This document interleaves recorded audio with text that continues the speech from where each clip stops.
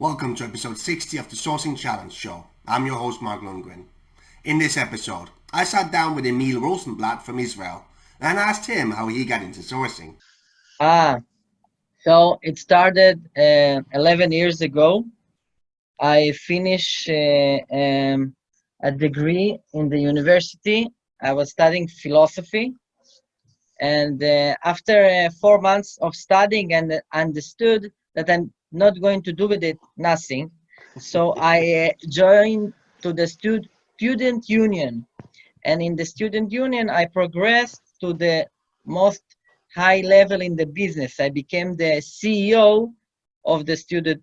There's the chairman, the CEO of the business company. So I became, and he offered me after the education come to work in his company as his father have a software company. So I joined, entered to the high-tech world in the tech recruiting, and I already understood in 2009 that LinkedIn is going to be the thing, that no one was in LinkedIn. And it took me about 3 years to tell to my CEO, let's do more in LinkedIn. And another 3 years to make LinkedIn our official place of recruitment. I started writing in LinkedIn in 2015, 5 years ago. And today I have about 60,000 followers. And all my recruiting is from LinkedIn. Okay. And like the people that you're recruiting now, I know it's a lot of kind of technology people for startups, and we always hear like developers and people like that are not on LinkedIn. But what's been your experience with that in terms of actually finding people on LinkedIn and where you look for them? So in Israel, people from the high tech and the financial, more upper, that gain more than 15,000 shekels, they're in LinkedIn. So we don't have make much effort as people in Germany, Spain, or other countries in the web sourcing. In Israel, it's very simple. LinkedIn is the place that all the people put their CV. And Israeli people, they like opportunities. So they don't want to miss the opportunities. In the software developer world, and I already checked it like in the past, from 2016 till 2019, like 3 years, all stuff, amazing hiring, hire tool, all the stuff, and they say we have profiles that don't have a LinkedIn profile, and I didn't find profile like this. And also in this software engineers world, that we have the GitHub, and people say, yeah, you must know GitHub and Stack Overflow and stuff like this. And maybe there's a 1% that don't have a LinkedIn profile. And in the academic world, when I recruit PhD, maybe there is 5% that don't have LinkedIn, and we can find them in the posting in the academy.net or something like this. So in 97% of the recruiting made on LinkedIn, there's 3% that there's PhD or hackers and more like researchers in the cybersecurity, they off LinkedIn. So my biggest tips to recruiters is start from LinkedIn. The problem of the recruiters, they don't know how to use the LinkedIn recruiter in the most optimal way. So they like, people tell me, but I use LinkedIn, and I say, okay, I drive car. I have like 15 years car license, and Schumacher also drive car. Schumacher is in a Ferrari in 700 kilometers per I don't know hour, and I in my Nissan. Absolutely. And where did you learn? I mean, obviously coming out and joining a company, was it all about learning on the job, or did you have people or places you Learning could on the learn? job. So Mm-hmm. the tech recruiting, I learning by interviewing VP R&D, CTO, team leaders. In Israel, I have a digital course Mm-hmm. of that I mentor recruiters to become tech recruiters. Mm-hmm. The only course in Israel. I'm like the only authority that have a course, the digital course, and people run and become tech recruiters. And it runs for about 3 years. Amazing results. And all my knowledge in LinkedIn and sourcing, I learned from doing, Mm-hmm. just doing. I try to in 2016 and 15 try to learn in the media, the social and stuff, and learn.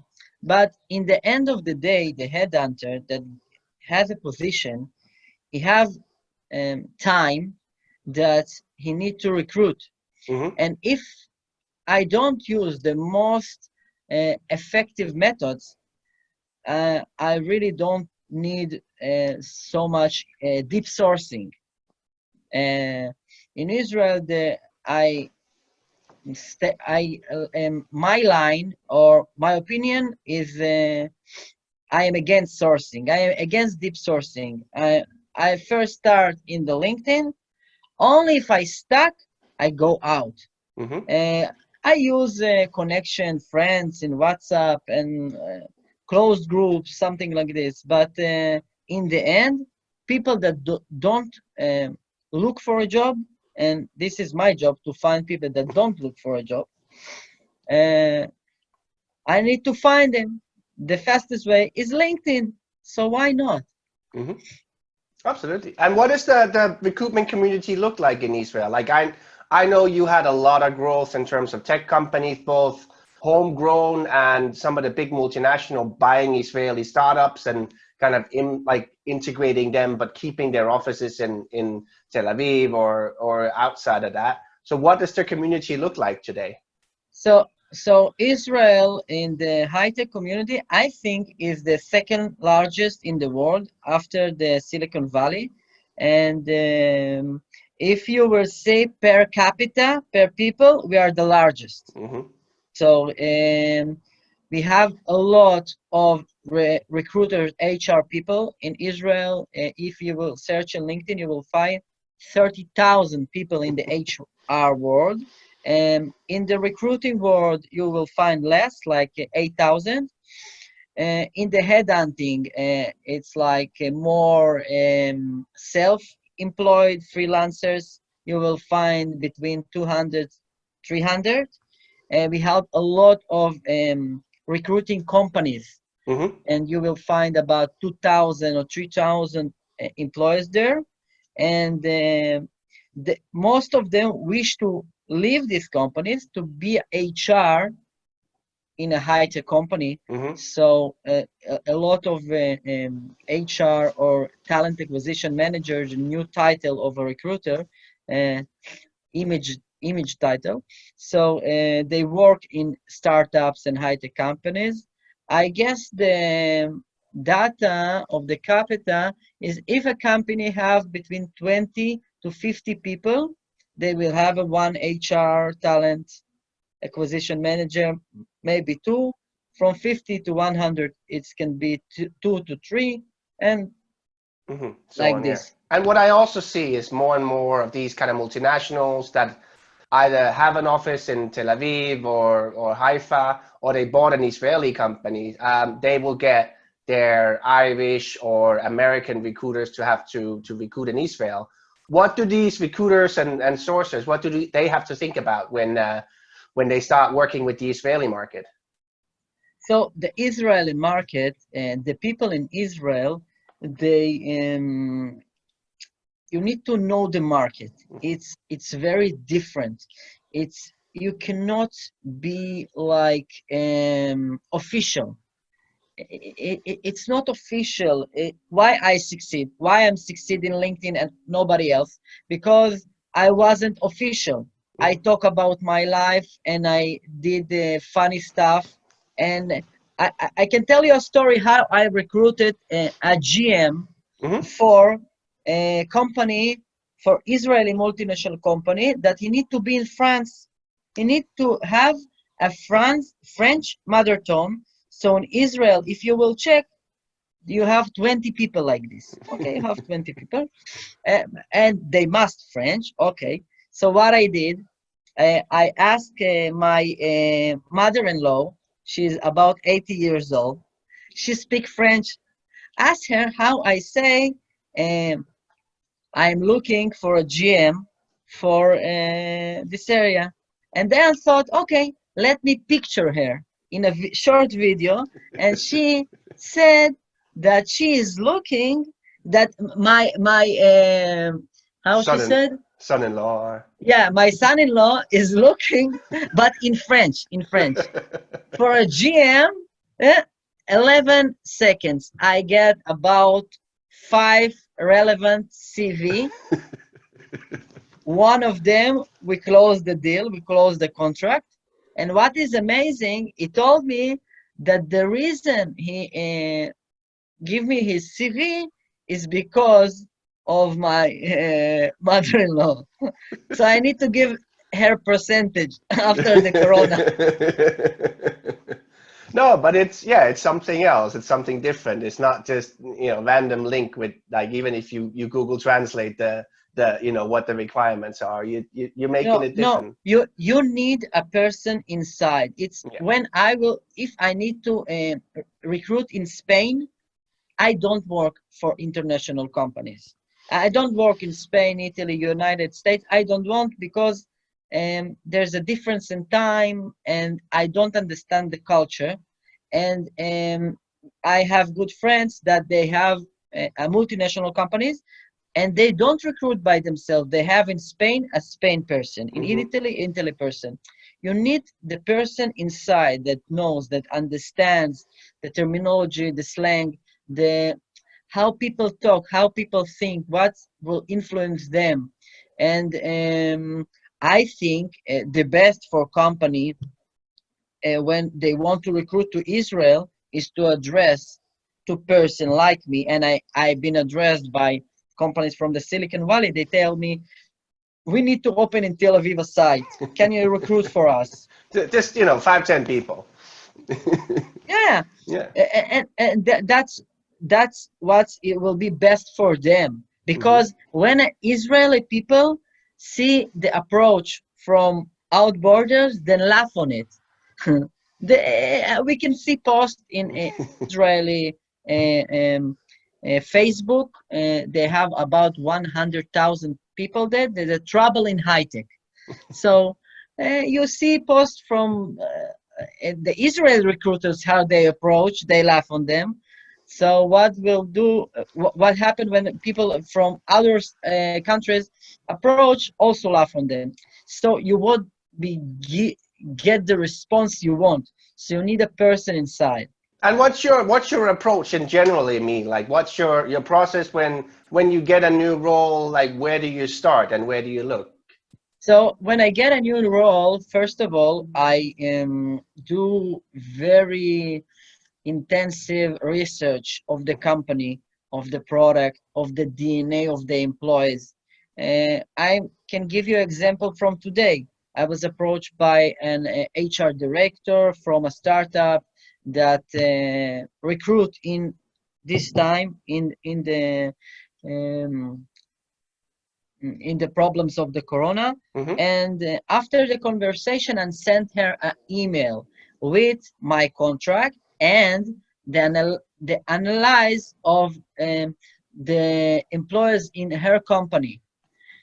And I told her what I think is going to be best for them, and which employees they need to pay attention because their LinkedIn profile looks that they look to find another stuff. So when we recruit, we in connection with the VP R&D, with the CTO, or the team leader that needs the position. After that, we choose the best strategy so we can recruit the fast we can. And after that, we approach to people from 1 to 8 times. So most of the people I know in Europe, they answer after the 4th or 6th approach. In Israeli, most of the recruiters do between 1 to 3 approach. That's why I have more, me and the super hunters, we have more than 60% of replies to our approach because we don't quit.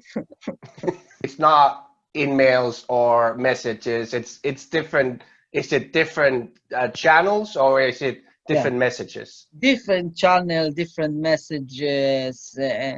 Eventually, we go to the heart. We start from the mind, and then we can start. Look, it's my 6th email. Okay, please let me know if you're okay. Is everything good? Let me tell you a joke. Let me tell you a story. I can put him a GIF with a cat, like said, open my mail. Funny stuff. It's like I saw what you did to me, how you approached me. So I tried this method and approach to candidates. So I put a line, video and stuff. I might say I did like 5 videos like this, and I have a problem with my video. I couldn't do more. It was my 4th mail, no first. So first it's like surprise. 4th mail, nobody answer me. But it's okay. I'm learned because it's my first time, so I understand that the person don't want the approach. But maybe in my first time, maybe it was good. I use it in the first time because it is that they're not necessarily gonna open, and they don't always open. But then following up with a text-only email, it's still the same thread, and they might go back and read the original one. So yeah, it's all about finding out like which channels work. And yeah, the video was just because I know that nobody else is doing it in recruitment. Like sales is doing it more and more, but so few recruiters are doing it that most people are like, oh, this is new. Let me at least look at it. This is new. This was I like. And I say, oh, this is new. I have like also, I also have a search marketing approach to recruiting. And this is what I liked about you. And I say, oh, cool. I want to talk with this person. And I will take his tool, try it in Israel, how it works. I've been speaking about this at conferences for 2 years. It's like, you'll get like lots of people are like, we'll try it, but they don't. And I'm like, look, I'm not afraid of sharing it because I know nobody's going to do it. They're like, yeah, this sounds, let me just, let me just do the same template to everybody. It's like, this is a template. It takes the same time as sending people a template, but it's really personal because it's just one video made to that one person. Yeah, this was, what I liked the most is the Vidyard that you use. It's make a little GIF. I love, and that, because there's different tools. You can use Loom. There's one called Bong Pong. And everybody's like, oh, I have another one. It's like, yeah, but Vidyard has a GIF. Like, who doesn't like it? And it's my GIF. It's a GIF with my, like, and I have the name of the person, and it's in a GIF. So even if they don't open the video, I know that they see it for them. Yeah. This was so smart that, and I immediately tried. And when I fix my camera, I will try in one approach, in the first approach. Even if you don't, Vidyard has an app, so you can shoot the videos on the phone. Yeah, I don't have an Android. It have an iPhone, not an Android. They have an iPhone app. No, Do they not have Android yet? I thought they did. I send an email to their support. Canadians, what do you want, you know? Yeah, no, and I think, so I used Bong Pong in the past. I don't remember if they have GIF, but a lot of that, what I used to use is because they had iOS, or like that they had the mobile version. Now more and more of them have the mobile version. But yeah, it's like I even shoot the videos on my desktop, and then upload them to Vidyard rather than shooting them directly in there. It takes a little longer, but I have more control. In the desktop is better. I tried from the mobile. In the desktop it's better. It's faster. Yeah. They have the animated, and so it's the gift. It's immediately. Yeah, but it's exactly that. And people are like, this is, everybody's gonna do it. Like, no, they're not. Like, people don't even like doing video calls. Now they have to because everybody's working from home. Yeah. But I started talking about this from like 2.5 years ago, and Wow. people are like, that's a good idea. I still don't know anybody. I know people who use it occasionally. So stuff also that I did that it's cool. I can do acrobatic stuff, and I'm a good dancer, and I jump a ball. Mm-hmm. So I recruited a marketing manager. So what I took the camera, put on the floor, take a ball, shouted VP marketing, and smash the ball into the camera. It's like 3 seconds. It's like 3 seconds. Put it on my LinkedIn, and then I approach to people and I say, "Hi, how are you? This can be interested for you?" A link, and they go to the post, and they see it. And it was so cool. Yeah, because you need to grab that attention, and that they live that every day as well, so they would know that's what you need to do. In Israel, especially because the good developers, if they want to check for a job, they go to the email, to the spam. They have like 100. That's from last week. Yeah, the people get from 20 to 30 connections in one day. It's Emil, if people want to follow you and see what you do with super hunters, how do they best do that? It's my LinkedIn profile, Emil Rozenbladt, my name. I think if you will write Emil in Google, you will find my name there. In Israel, if you write Emil, it's the third because I have a good blog, so very good. It go up. Thank you very much for your time, and yeah, Thank you. I hope to meet you one day, definitely. If you like this episode, please consider sharing it or any of the other episodes with a friend or a colleague who might be interested as well. And consider subscribing to the channel, which will help us reach more people and grow the community.